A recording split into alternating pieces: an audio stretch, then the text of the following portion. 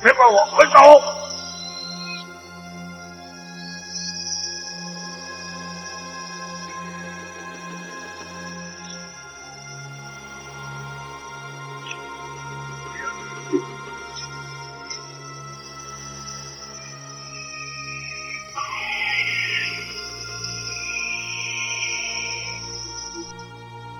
西夏文明距今已经1000年，没想到这些长明灯依然还亮。这里用的是豫剧龙岩灯的灯油，相传这种灯油非常耐用，但十分罕见。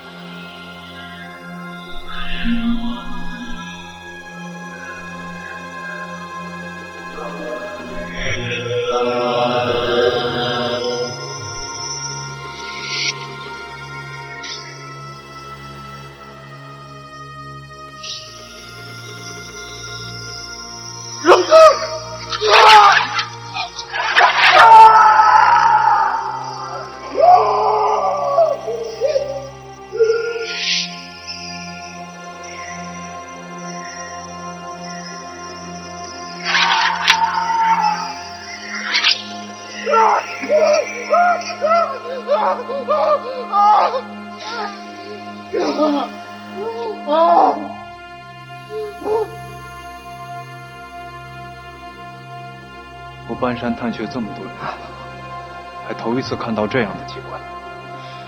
这是个双重机关，你盯着地面走，便目不能视；你盯着佛眼走，也会被催眠。它是通过扰乱人的视觉，迷惑人的心性，稍微心念杂乱的，便会迷失自我。我参禅悟道那么多年，也差一点自身不保。你求助心切，也是情有可原。自己以后要多加小心。这个我知道了，这个是叫特克斯类的小时小影。104年，有一个瑞士的饮水专家，他发现了一个事情。就当一个人的目光盯着看一个固定点20秒钟或者更长的时间，这个固定点周围的图像将会在观察者的视野中都会慢慢淡化了，直至最后都会消失了。当我们盯着看这个俯眼，其实这个眼睛没什么变化，但是我们的神经系统认为这些消息都不重要，就把这个俯眼周围的消息全都屏蔽了。我是认为这些东西都是我们西方人先发现的，但是你们中国人是700年前都是利用的。你们中国人实在太弟子先去探路。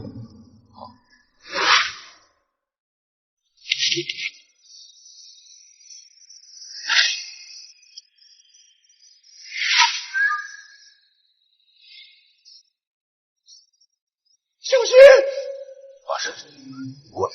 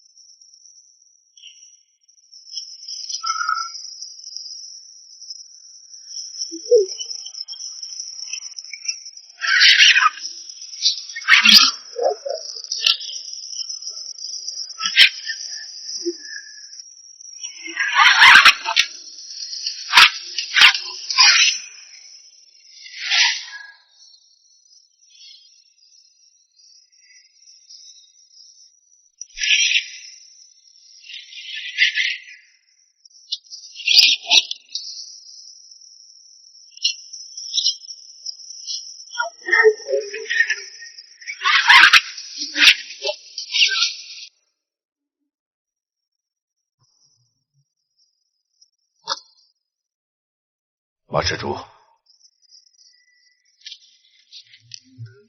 这是什么意思？用这个划过去。啊！用这个划过去？啊！万一断了呢？请放心，这块牛皮很坚硬。现在正是无奈之时，所谓色即是空，你只要不看下面，眼一闭，腿一蹬，人就过去了。来，双手抓紧，双手抓紧。哎呀，不行！我说过不要看下面。来，我数到3，你就跳。1、2、3。不行，这个太高了。要么你先来个试验。我先过去，你一个人就更不敢跳。要不，你就往回跑。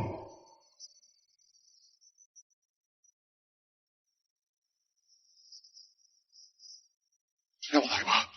手抓紧。1、2、3。哎，我先说一句，我记得我从来都是重考啊。然后我记得我大概3岁的时候，我就。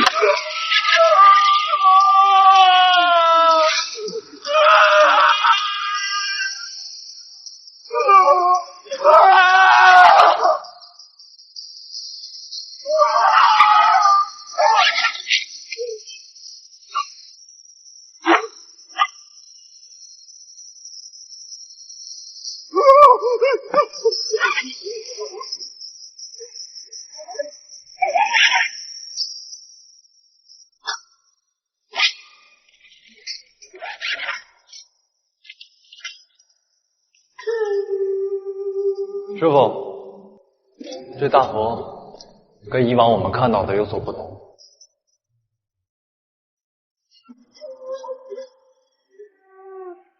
西夏是以党项族为主，党项人起源于藏地，后来辅佐唐王开疆拓土，立下了汗马功劳，被赐国姓李。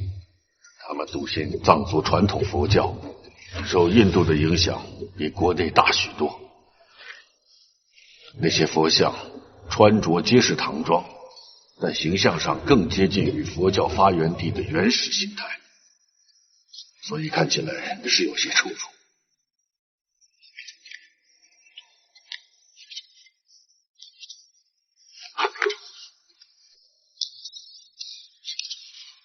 阿弥陀佛，马施主，你这是干什么？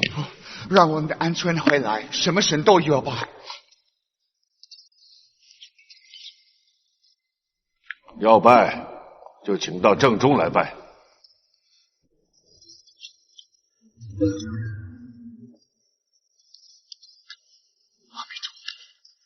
阿弥陀佛，阿弥陀佛。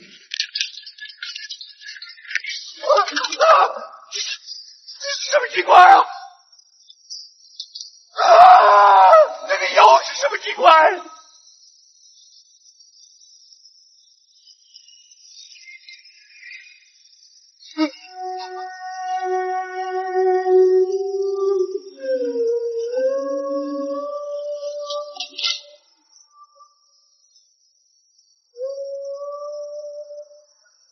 本以为带你来没事，现在看还可以。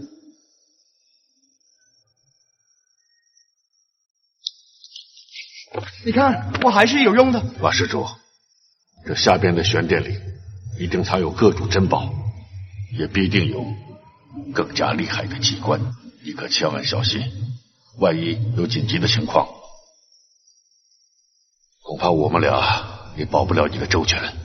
好，你放心。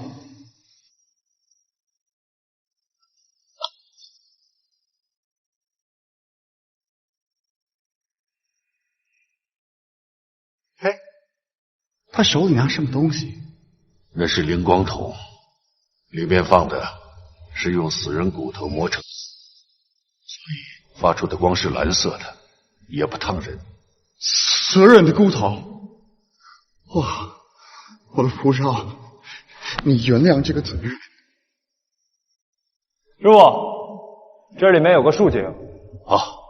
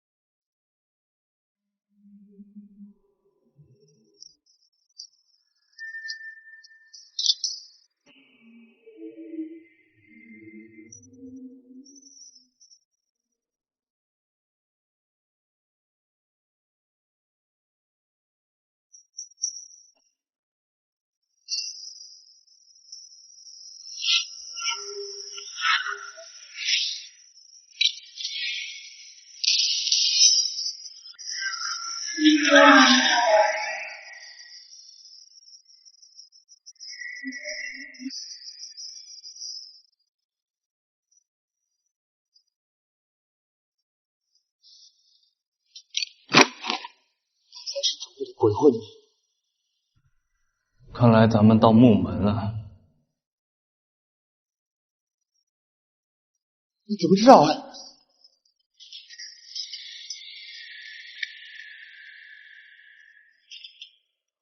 哎，这还真有门啊！你确定你要先走吗？玄门好进，玄道夺命，这墓道绝对不简单。我先去探探。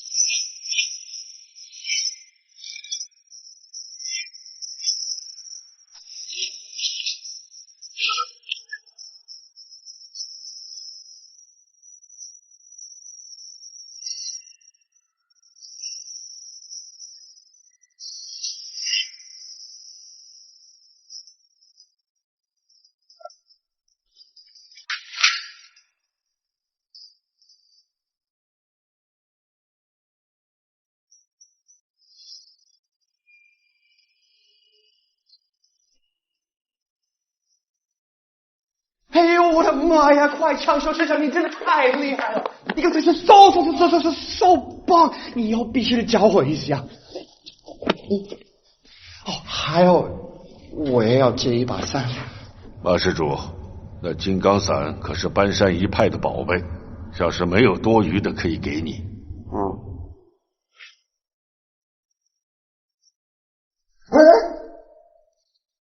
这个是不是刚才的那个鬼魂？那可不是鬼，那是秦国的大将翁仲，相传连神鬼都畏惧于他，所以墓门口都画翁仲的像看。刚才的影像是氧化的油彩，太不可思议了。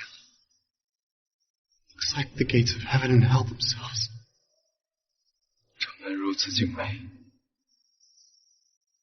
想必后面就是墓室。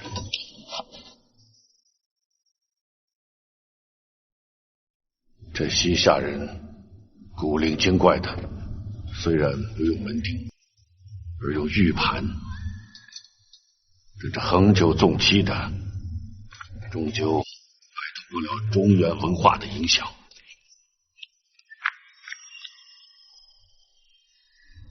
这些似乎是西夏门，是否可否认得？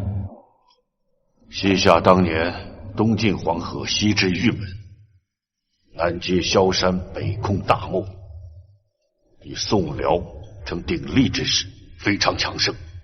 昔年我曾经过手西夏几件古物，对西夏文略懂一二。这墙上所刻的乃是大藏经，想必是源于宋朝的开宝藏。请问，那上面可有开门的线索？梦寐以求之物近在眼前，尤其不可急于求成，乱了方寸。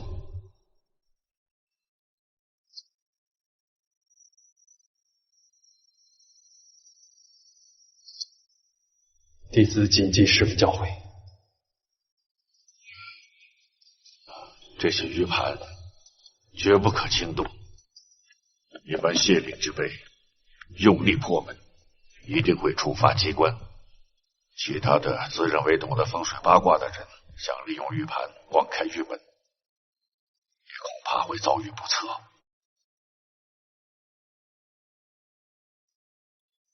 这西夏古墓规模不大，可不知精奇。这玉门之后，一定有流沙毒烟之类的绝户机关。最稳妥的办法，只有从墓道下面进去。墓道下面？没错。墙上的大藏经已经暗示了机关所在。卧佛慈悲，讲究的是苦海无边，回头是岸。你且回头看看，刚才那些机关砖块是否别有深意？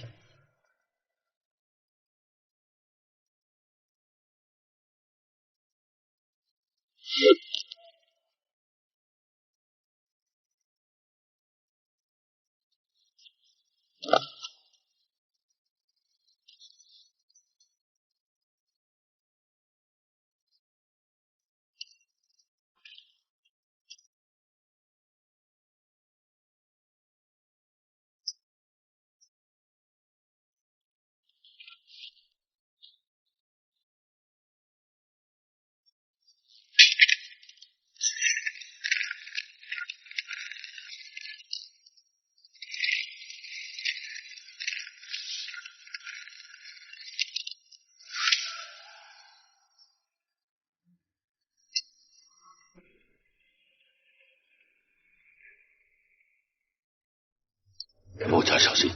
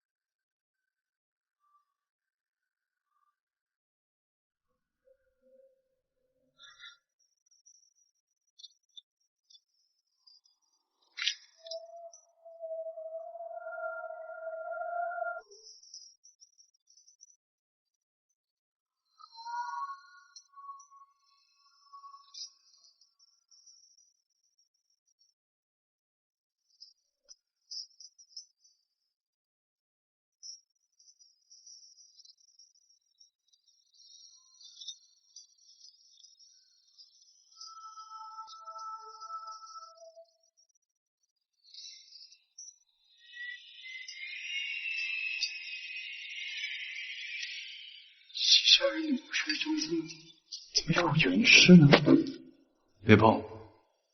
西夏文化自有其神秘之处，此物我未曾见过，千万不要乱碰，免得多生事端。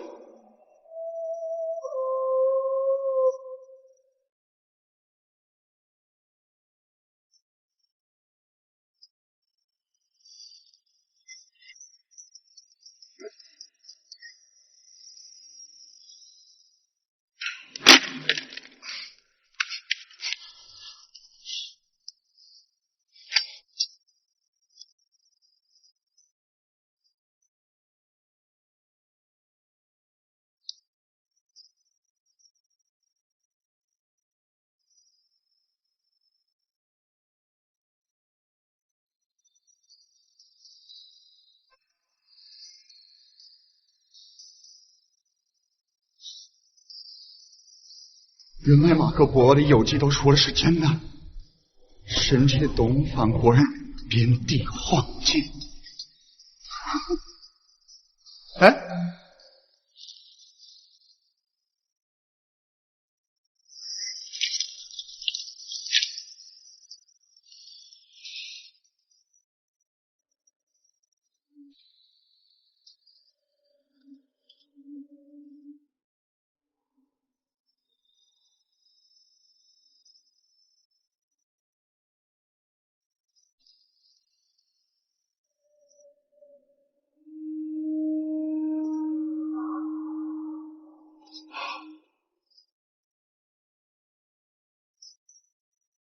那么多的城堡，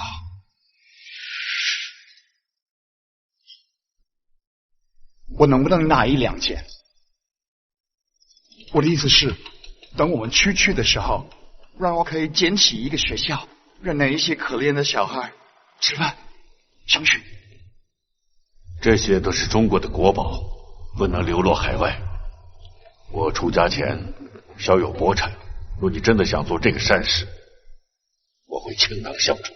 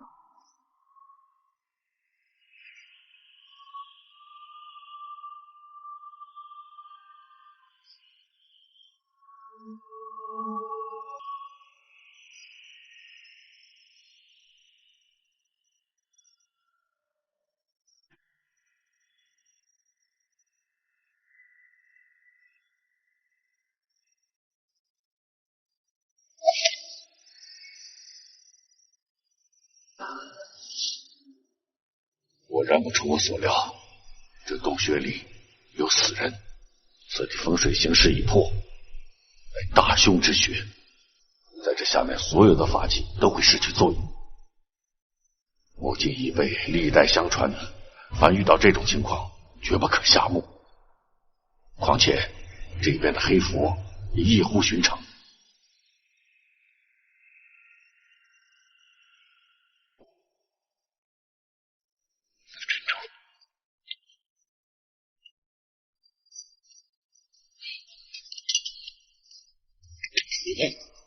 这是用腐玉雕成的，你一碰就会化为脓水。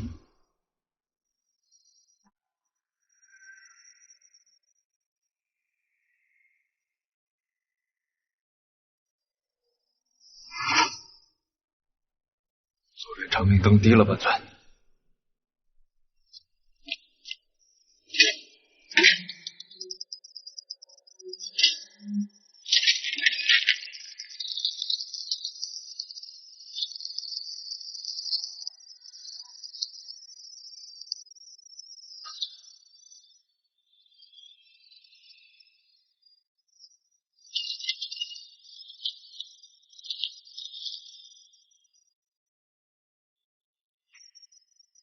终于找到了。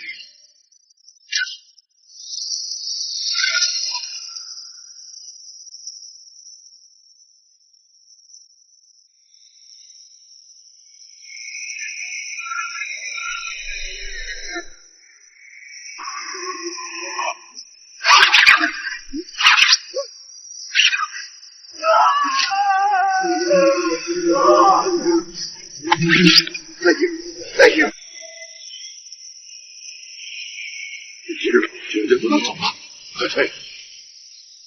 这晚掌握神州几千年了，其实如今就在眼前，我如何能退？请师傅带着两小子现在。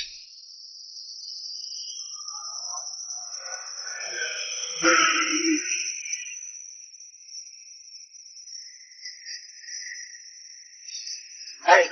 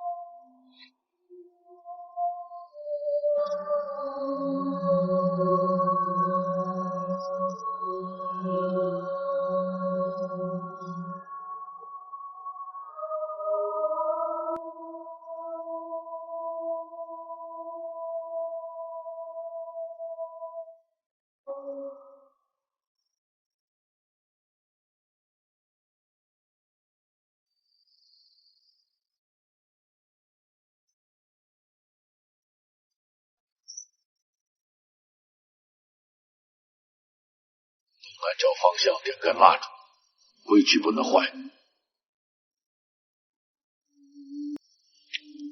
是。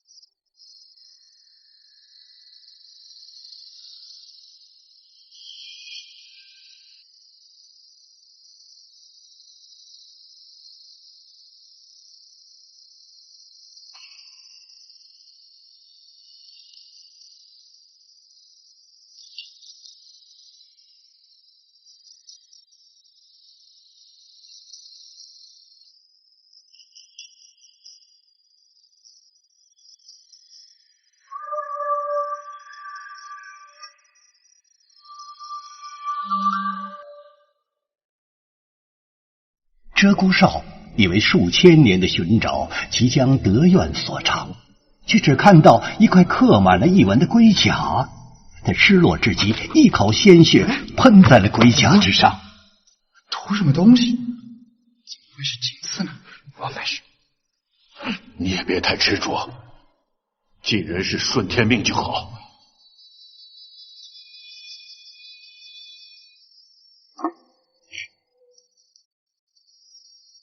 这龟甲上多次出现木尘珠的符号，一定跟木尘珠有关。你先拿好，等出去后，找一个能人异士医好了业务。多谢师傅。其实我早已经习惯了，但因为这是最后一次。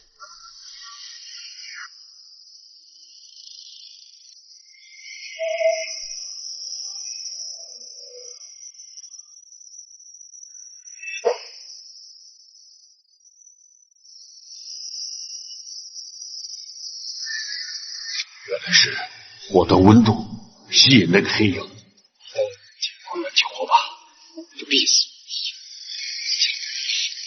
他们叫什么呢？人。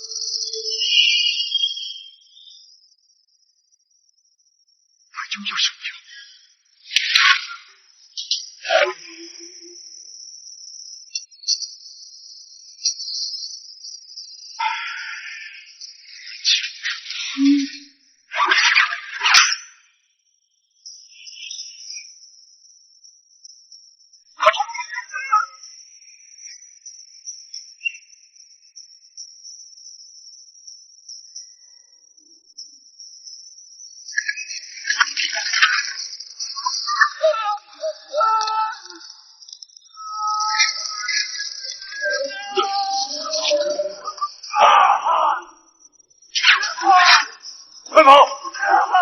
快出来！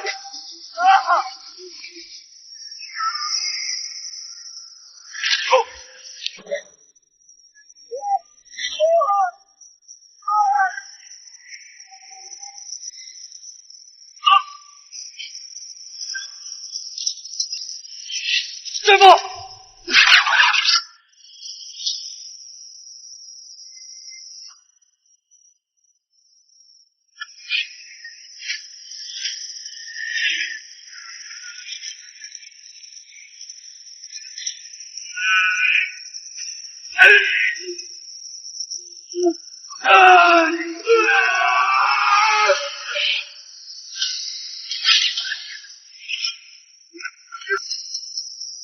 别管我，快走！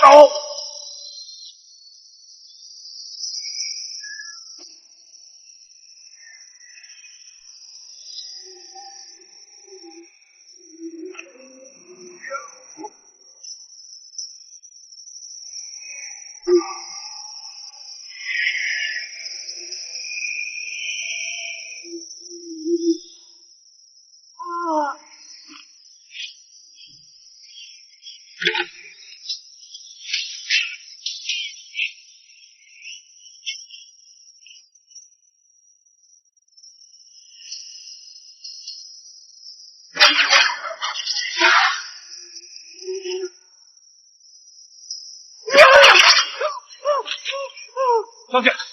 你让！上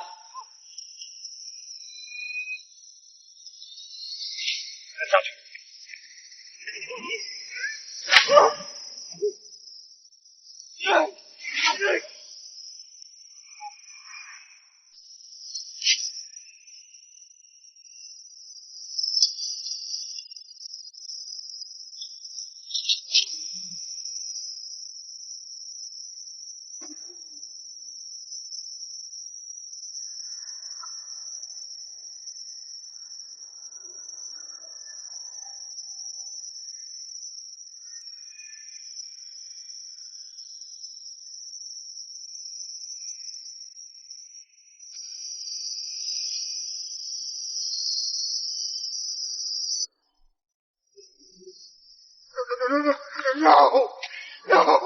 怪我，都是怪我！如果你们不让我进来的话，不会发生这样的一个情况，都是怪我，怪我！是怪我！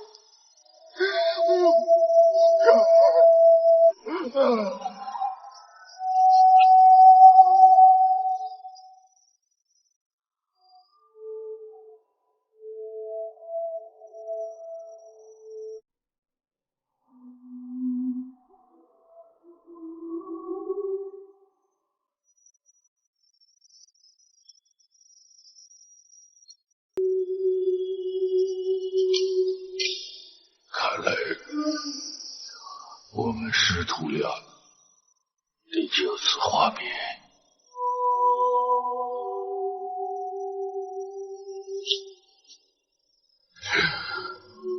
我已必死无疑，你又何必搭上一笔呢？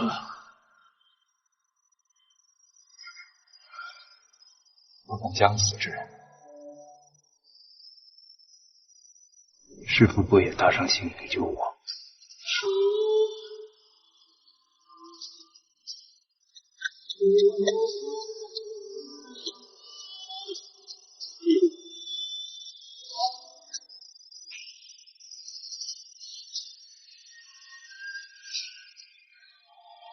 我竟杀身成仁，何惧生死呢？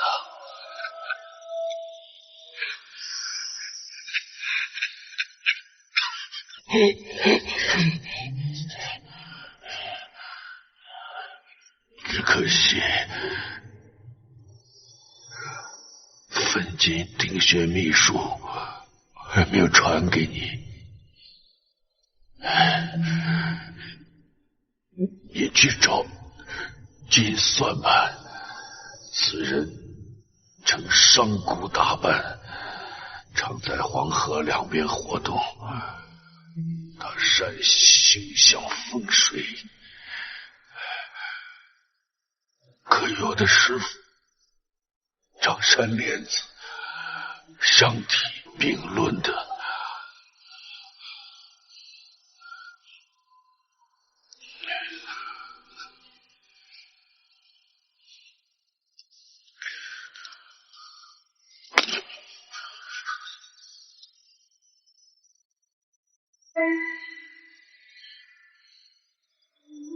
这个默契下去。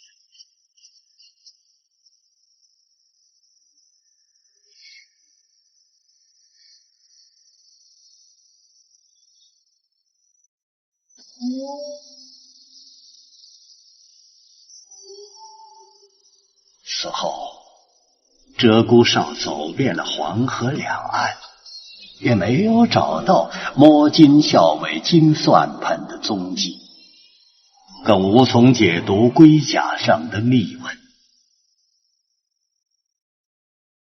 适逢乱世，鹧鸪哨心灰意冷，便接受了托马斯的邀请，移居国外。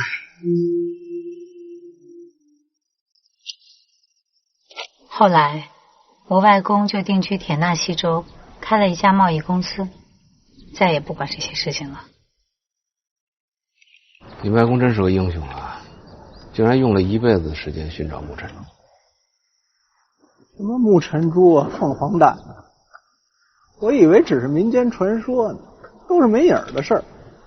本来还想跟二位爷多亲近亲近，没成想啊，让你们二位摊上这事儿。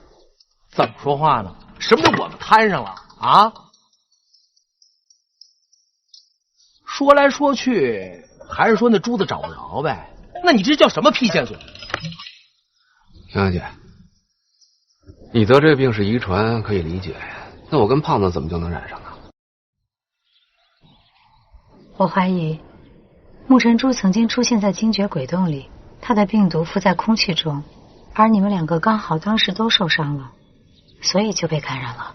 啊，照你的意思，这木尘珠不是什么宝贝，只不过就是病毒源。很多专家都这样猜想，但是因为谁都没见过木尘珠，所以不敢下定论。如果是病的话，就不能治吗？我外公也曾经尝试过很多的方法，都没有效果。即使往人身体里注射铁剂，最终因为病毒的原因被排斥，不能吸收。所以只有找到病毒的根源，研究它的特性，找到进一步的解决方法。无论如何，我们都要先找到木尘珠。合着怎么都是个死是吧？亏我还在这虚心听了半天呢。胖子，收拾东西走人。哎，不，怎么着的这是？别拦着我！咱不找木尘珠了。找什么找啊？瞎折腾什么呀？踏踏实实回去过2年好日子不行吗？这也是死，那也是死，还有什么辙呀？胖子啊，这事儿不能赖别人，要赖我，是我害的。就是他了。哎，嘛呢？干嘛呀？这一惊一乍的。你干嘛？我自拍。不是，老婆，你听我跟你说，你现在必须冷静，必须得冷静。给我看，不是。事情已经这样了，咱们该治病治病，该找药找药，是吧？你着急有什么用？咱把话听明白了再说呀。我听得挺明白的，这美国妞就是坑咱们，她想弄死你，知道吗？你们二位怎么还把词儿给换了？这没你事。哎，这句词儿没改。我认为啊，杨小姐肯定不是这样的人，是吧？哈，你想，人家不远千里来找咱们，人家图什么呀？这事一定是解决的办法。是吗？是。真的假的？真的。这可是你说的。就是我说的。得嘞。不好意思啊，杨小姐，咱接着聊。胡爷，您这唱的是哪出？什么唱哪出？我要不帮你把这火撒出去，你他妈废话比我还多呢！赶紧坐着。是。听着，哎，滚！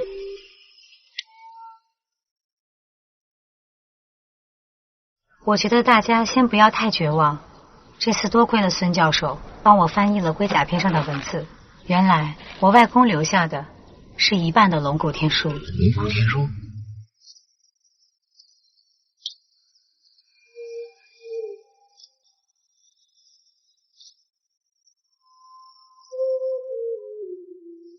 这就是传说中的龙骨天书，无价之宝啊！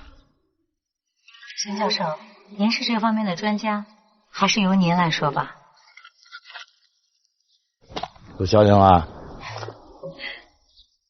那就长话短说吧。文字在最初其实是有8种读音，除了我们现在用的平上去入这4种以外，还有4种被当时的统治阶级所垄断，成了一种机密语言。而这个龟甲上的符号正是这种秘文，我也是研究了一辈子才有了些成果。可以说现在世界上也只有我能看得懂这龟甲上的内容。那这龙骨天书上说的是什么呀？事实上啊，龙骨天书它有一段野史，是关于风水大师李淳风的。李淳风曾经受唐太宗李世民之命，寻找木尘主的下落。他耗费半生，终于找到了记录了木尘主下落的龙骨天书。李淳风潜心研究，终于顺利破解，得知了木尘主的下落。此时李淳风思想已经有了变化，他认为木尘珠如果再次现世，对皇帝和百姓都不是件好事。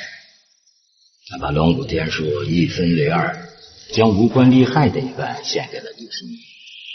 这一半龙骨天书一直藏在唐宗身中，后来唐宗这块龙骨天书便辗转流落到西夏霸主元昊手里，这就应该是我们手里的这一半。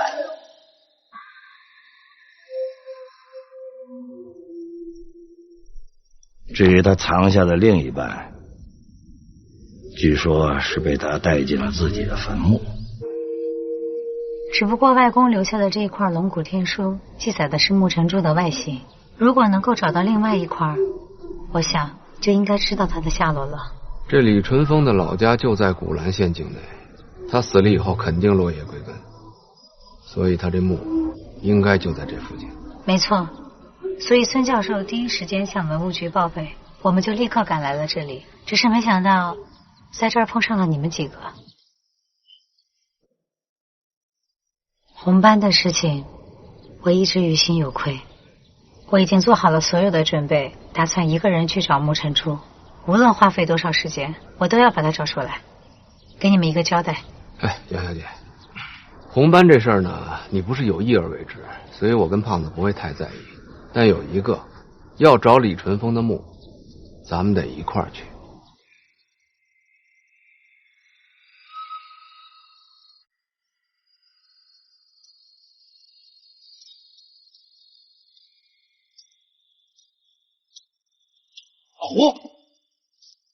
老胡，哎，那红班本来是他害咱们得的，咱们干嘛跟他去啊？啊，哎，这路上要是有个闪失的，我跟你说，哎，咱俩50岁可都活不过去了。没事吧你？之前一直鼓励我寻找木尘珠，现在怎么了？变卦了？我不是变卦，以前咱不是不知道罪魁祸首是那美国妞吗？现在既然话都说明白了，那谁捅的娄子谁负责呗，让他找去，咱干嘛跟着冒险？他说的没错，我已经害过你们一次了，这次就不连累你们了。胖子，我告诉你啊，咱们呢现在是一根绳上的蚂蚱，谁都离不开谁。有任何事情就应该一块商量，一块想办法，只有这样，成功的概率才高，明白吗？明白什么呀？你早点给他害死。几位，我说句丧气话啊，你们看看，这古兰县周围有多少墓葬群呀？咱上哪儿找李淳风的墓去啊？我琢磨着，这李淳风也算是摸金校尉半个祖师爷了。他这个墓啊，一定是经过精挑细选的。这倒是，这李淳风啊，可是为数不多的能够寿终正寝的风水大师。这么说，我们就是要在这儿找到最好的风水位，是这个意思吧？风水呢，都是因地制宜，谈不上哪是最好的风水。不过话说回来了，我那半本16字阴阳风水秘术里边写到过一个风水位，叫做内藏渊。所谓其源自天，若水之波，风水上有气处之象。这内藏渊奇就奇在，明明是顶级风水位，但从外表上那是一丁点也看不出来。这内藏渊呀，我也听过那么一耳朵，据说里边有泉眼，深藏不露，十分奇特。总的来说，就是要在这古兰县里面找到内藏渊的风水位，这就有可能是李传风的墓穴。哎，咱们头了去了鱼骨庙底下不有墓吗？再往下没准就是那李淳风的墓了吧？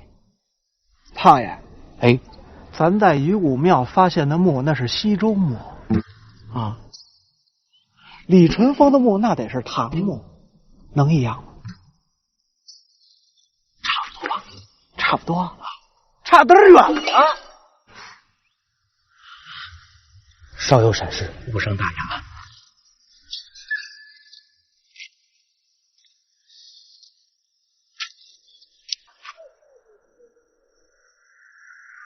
没事儿，实在不行，咱们就把这儿所有的地形给它勘察一遍，大不了就把古兰县里边所有的唐墓扫一圈，翻个底儿朝天。那咱这样可是大海捞针呐！怎么着，瞧不上自个儿啊？不是，胖爷，这次可是国家文物局的孙教授配合咱们替国家进行文物发掘工作，连我大金衙一介平头百姓也义无反顾舍命陪君子了。怎么着？您有参军梦想的人怂了？我怂？不能够。孙教授说了，龙岭迷窟地势特殊，容易塌陷。如果真能找到李淳风的墓穴，进行科学的发掘，也是对国家文化资产的一种保护。都听见了吧？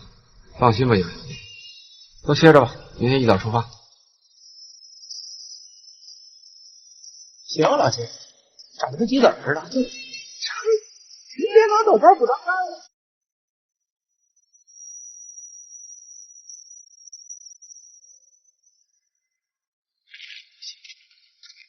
我都知道自己什么时候死了，我还把脑袋别在裤腰带上。要不说用什么珠子那他根本他就没有。他要真有的话，你说折胡山那么大能耐一人，他都找不着，凭什么我能找着啊？是吧？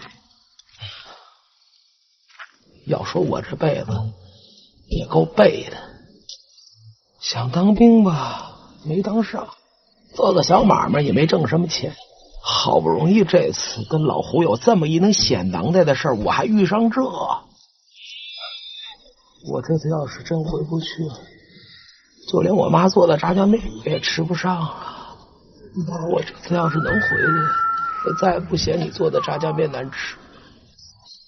要说我也真不孝，这么多年也没给你娶个儿媳妇，给咱老王家留个后晌。谁？我。你什么时候来的？瞧你这点出息，你听着什么了？没听见什么呀？好像就听见什么炸酱面娶媳妇儿。什么叫炸酱面娶媳妇儿啊？行，你惦记那美国妞，你不行，我惦记媳妇儿。别瞎说，谁惦记他了？哎，你爱惦记什么惦记什么，别惦记人家老乡家的羊啊。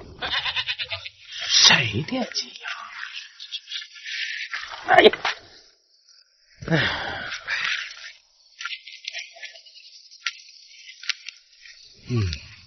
哎，归你了，还有一根桂花。嘿，难得嘿。这还能抽吗？抽不了了，点都点不着，闻闻得了。啊。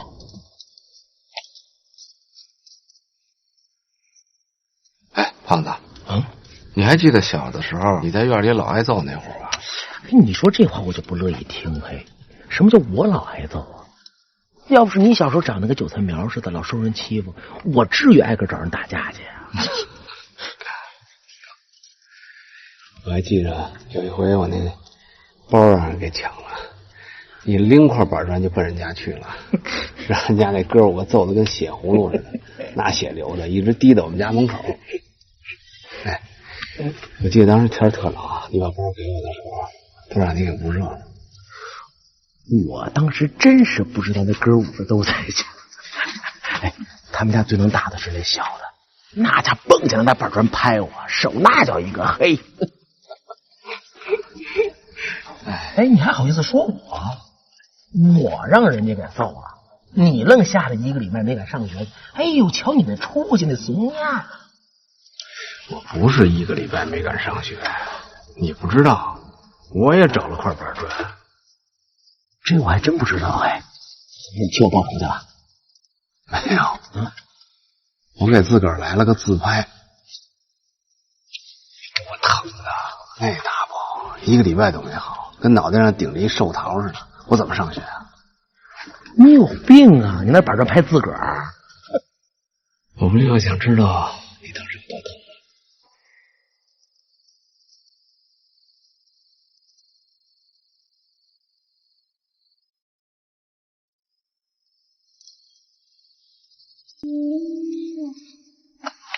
胖子，咱哥俩都从鬼洞里爬出来了，就真没什么可怕的了。你要是把我当哥们儿，你信我，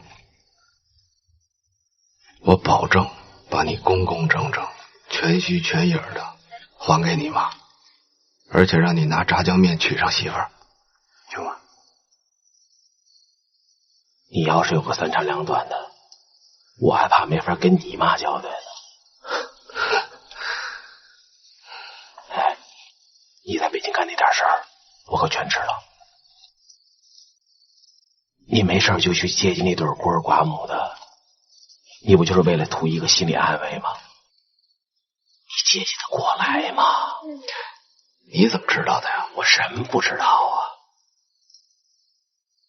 要这么说，老胡你还真不能死。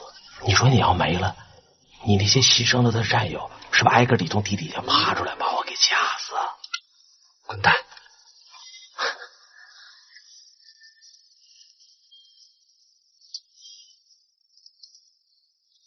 我就是想说，不就一什么破病吗？咱把那珠子找着了，不就结了吗？对吧？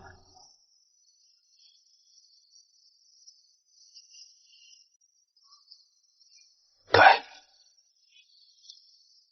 给他找出来不就结了吗？